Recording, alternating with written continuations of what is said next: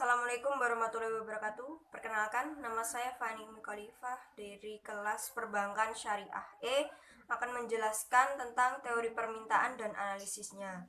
Permintaan adalah keinginan konsumen membeli suatu barang dan jasa dengan berbagai tingkat harga dalam periode waktu tertentu. Kemudian permintaan itu dibagi menjadi dua, yaitu permintaan absolut dan efektif.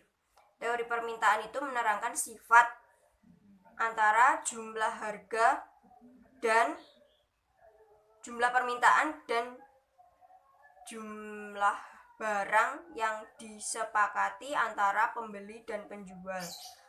Untuk secara Islamnya itu lebih menekankan antara barang halal dan haram dan hubungan antara keduanya. Hukum permintaan itu bersifat tidak mutlak dan dalam categoris paribus atau faktor-faktor lain dianggap tetap. Untuk bunyinya yaitu makin rendah harga suatu barang, maka jumlah permintaan akan semakin meningkat. Begitu pula sebaliknya, makin tinggi harga suatu barang, maka jumlah permintaan akan semakin menurun. Hukum permintaan ini berbanding terbalik dengan harga. Kemudian, faktor yang menyebabkan naik turunnya permintaan. Yang pertama, harga barang itu sendiri. Yang kedua, intensitas kebutuhan. Yang ketiga, distribusi pendapatan. Yang keempat, pertumbuhan penduduk. Dan yang kelima, selera.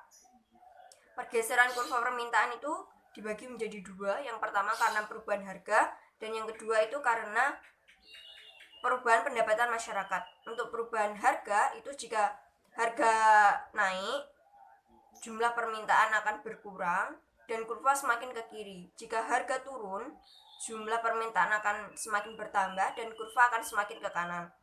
Begitu juga dengan pendapatan. Jika pendapatan masyarakat itu semakin berkurang, maka jumlah permintaan itu juga akan semakin berkurang dan kurva akan semakin ke kiri. Jika pendapatan masyarakat naik, jumlah permintaan akan bertambah dan kurva akan semakin ke kanan. Kemudian untuk data respondennya atas nama Bu Nani yang beralamat di Perum Grisima ICF 6 Siman Ponorogo dengan umur 53 tahun dan pekerjaan sebagai pedagang toko kelontong. Untuk schedule permintaan dari barang pokok itu saya mengambil beras yang mana setiap minggunya harganya naik 500 rupiah dari 8.000 hingga 9.500 dalam 4 minggu. Dan untuk gula itu harganya naik 1.000 setiap minggunya dari 16.000 sampai 19.000 pada minggu keempat. Untuk schedule permintaan barang non pokok itu saya mengambil sabun cuci deterjen dan sandal swallow. Sabun cuci deterjen itu dari minggu pertama sampai minggu keempat itu harganya tetap yaitu 19.000, dan untuk sandal swallow itu juga harganya tetap dari minggu pertama sampai minggu keempat yaitu harganya 10.000. Untuk hasil wawancara itu yang saya lakukan dengan Bu Nani itu dapat disimpulkan bahwa dari penjualan beras itu setiap minggunya 10 sampai 12 kilo, dan untuk sebulannya atau 4 minggunya itu menjual 50 kilo. Untuk gulanya itu per minggunya 3 kilo dan dalam sebulannya itu habis 12 kilo. Untuk barang pokoknya dari sandal itu tidak tentu, kadang 10 sampai 12 pasang atau bahkan berkurang.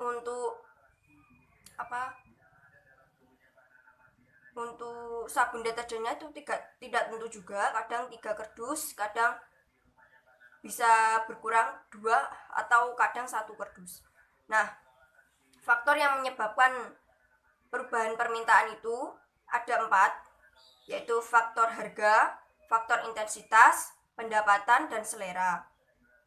Perbedaan kondisi permintaan itu disebabkan karena yang pertama, untuk bahan pokok dan non pokok itu lebih banyak bahan pokoknya, karena dari bahan pokok itu masyarakat yang lebih banyak menggunakan itu atau membeli itu dari beras dan gula, terutama beras karena makanan pokok, dan gula itu karena saat ini musim corona itu digunakan masyarakat untuk membuat jahe hangat ataupun jamu untuk kekebalan tubuhnya. Dan untuk barang non pokok itu tidak terlalu tinggi peminatnya, baik sandal maupun deterjen, karena masyarakat saat ini tuh lebih banyak bergaya, yang mana lebih suka berbelanja atau membeli di supermarket yang mana lebih banyak diskon dan harganya lebih murah. Untuk bab 4 pembahasan, saya menjelaskan pertama tentang faktor yang menyebabkan perubahan naik turunnya permintaan. Itu faktor harga barang, intensitas kebutuhan, minat konsumen. Dan untuk perbedaan barang pokok dan non pokoknya itu, untuk barang pokok saat ini tuh konsumen tidak memperhatikan harganya tetapi memperhatikan kebutuhannya, seperti beras dan gula walaupun harganya mahal itu tetap akan dibeli, dan pendapatan masyarakat itu juga akan mempengaruhi. Kemudian dari schedule barang pokok dan kurva permintaan dari barang pokok yaitu beras dan gula itu dapat disimpulkan ketika harga barang pokoknya itu semakin rendah maka jumlah permintaan akan semakin naik. Sebagai contohnya, pada saat beras itu harga mulanya 8.000 tuh peminatnya akan naik. Jika harganya itu menjadi 9.500 maka peminatnya akan berkurang. Begitu pula dengan beras. Kemudian barang non pokoknya saya mengambil contoh dari sabun cuci deterjen dan swallow. Itu jika harga sabun cuci atau deterjennya 5.000, itu peminat akan semakin banyak. Dan untuk sandal swallow, jika harga sandal swallow itu 8.000, juga peminatnya akan semakin banyak. Dari kedua contoh ini dapat disimpulkan bahwa harga semakin murah atau semakin kecil itu, maka jumlah peminat konsumennya akan semakin banyak. Begitu pula sebaliknya, jika harga semakin tinggi, maka permintaan dari masyarakat pun akan semakin menurun dan relatif hingga 10%. Untuk kesimpulannya itu dapat disimpulkan bahwa permintaan adalah keinginan konsumen membeli barang atau jasa dengan berbagai tingkat harga dalam periode waktu tertentu. Dan untuk hukumnya itu yang berbunyi makin rendah harga suatu barang, maka jumlah permintaan akan naik, begitu pula sebaliknya. Untuk faktor yang menyebabkan terjadinya naik turunnya permintaan itu, yang pertama intensitas kebutuhan, harga barang itu sendiri, pendapatan distribusi pendapatan, selera, dan barang pengganti. Untuk perubahan atau pergeseran kurva permintaan itu disebabkan ada dua, yaitu perubahan dari pendapatan masyarakat dan perubahan harga. Terima kasih. Wassalamualaikum warahmatullahi wabarakatuh.